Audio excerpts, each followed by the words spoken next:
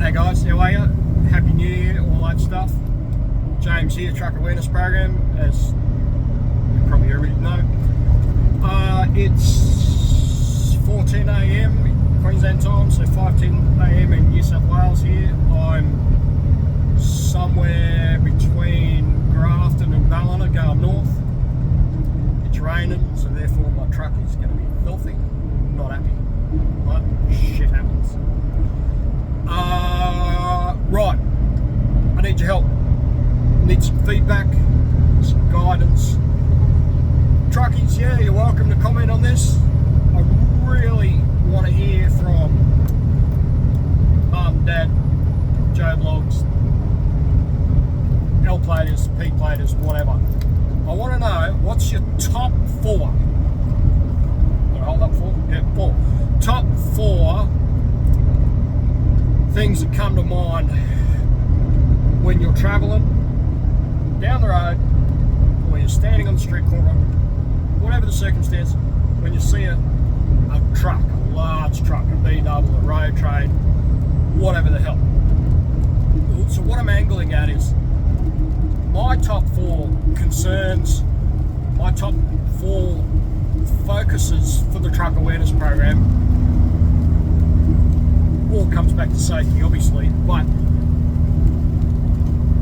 for me, number one would be the blind zones. Like our slogan is green zone, seen zone, red zone, dead zone. Not meaning you're going to die, it just means it is dead ground. We cannot see you in that area, that spot. So that's number one, it's blind zones. Number two, I'm going to say braking distances. So the classic is you're slowing down for an intersection, the car pulls in front of you, takes away your braking distance. Okay, so I'm going to say number two is braking distance, and there's lots and lots of circumstances that excuse me, I'm suffering from the man flu. Lots and lots of circumstances that can contribute to braking distance. Like I said before, right now it's pouring rain, so I'm keeping plenty of distance off the B-double in front of me. Thank you. Number three, I guess it's categorised as manoeuvring. The main one I'm talking about or thinking about is trucks are cutting corners.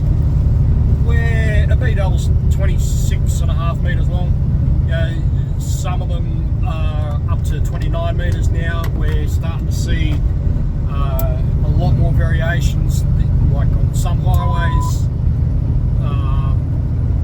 We're getting triples and road trains. There's a lot more big trucks. I'll turn this radio down.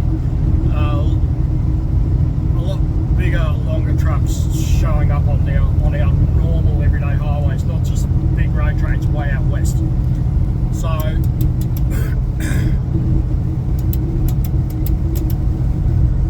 just flicking the indicator a few times there because the truck flashed me back in that it was well clear of them. Yeah, so number three is manoeuvrability, primarily cutting corners. When we go around an intersection, through a roundabout, turning right, turning left, these things cut the corners. I've straddled the centre lane to take up both lanes to go around a corner and still have a car cut up the inside. So that's number three for me. It's manoeuvrability, or primarily these things cut corners, trucks cut corners.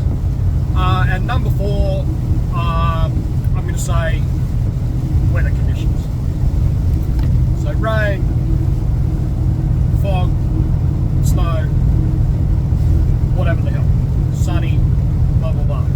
It's happened so often that, and look, it's not always purely human error. Cars these days have got those daylights, they call them. So the dash is lit up and it's got nice bright LED marker lights on the front, and no tail lights. A lot of the drivers think that it is absolutely pouring rain. I don't know if you guys can hear that. A lot of drivers think that lights are on, dash is lit up, there's a light out the front. But you come up behind them, you can't see them till the last minute. Or in conditions like this, late in the afternoons, early in the mornings, turn your bloody lights on. If you look in your mirror, if you could look in my mirrors now, because it's pouring rain, because it's dark outside, there's water and road grime all over the mirrors and all over my windows. We just overtook a truck a moment ago, and I can vaguely see its headlights back there, and it's only 500-600 metres behind me. I can't see any of its clearance lights or marker lights or all that sort of stuff. Anyway, I'm going off on a tangent. Excuse me, man flu. Number one, blind zones. Number two, I said braking distance. Number three, manoeuvrability or cutting corners. Number four, weather conditions.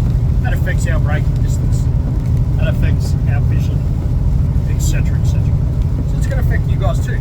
If you're in a car and you're beside one of these things in the rain, we are throwing water and spray off everywhere. It can really mess with you guys too. So we're not saying it's your fault, we're not saying it's the truck driver's fault. I just want some feedback, especially from people that have got sweet FA to do with trucks. Tell me what your top 4 concerns are. Is it just big and scary? I hear a lot of complaints of trucks tailgating, and yeah, that's an issue. We'll talk about that later. To give you a quick note, that could be trucks trying to get enough speed and momentum up and keep his momentum up to get past you and keep going. If it's caught you, it's obviously a little bit quicker. Bear in mind, we can see a long way up the road. If we're in traffic, we can see over and above the 10 or 12 cars in front of me. Okay, so I'm not justifying it by any means, just giving you an example.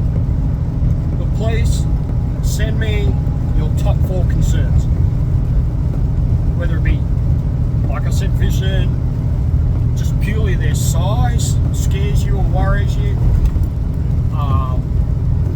anything like that. Tell me, please, because I've got my 4. I want to expand and get some more direction, but like I said, this is all about helping learner plates, P-platers, anybody that really doesn't have much to do with trucks. I really want to help just the general public and work with them and have them understand what we are working with in going forward and just making everybody's life safer.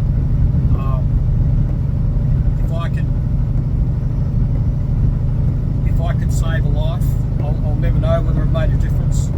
If I could save a life, wow. If I can de-stress a couple of drivers, if I can just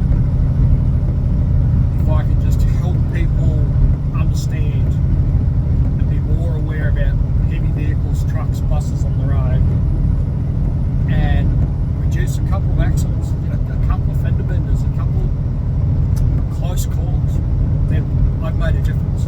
So thanks for your time. Don't forget to go and have a look at Trucking Yarns podcast if you get a chance. Thank you. Bye-bye.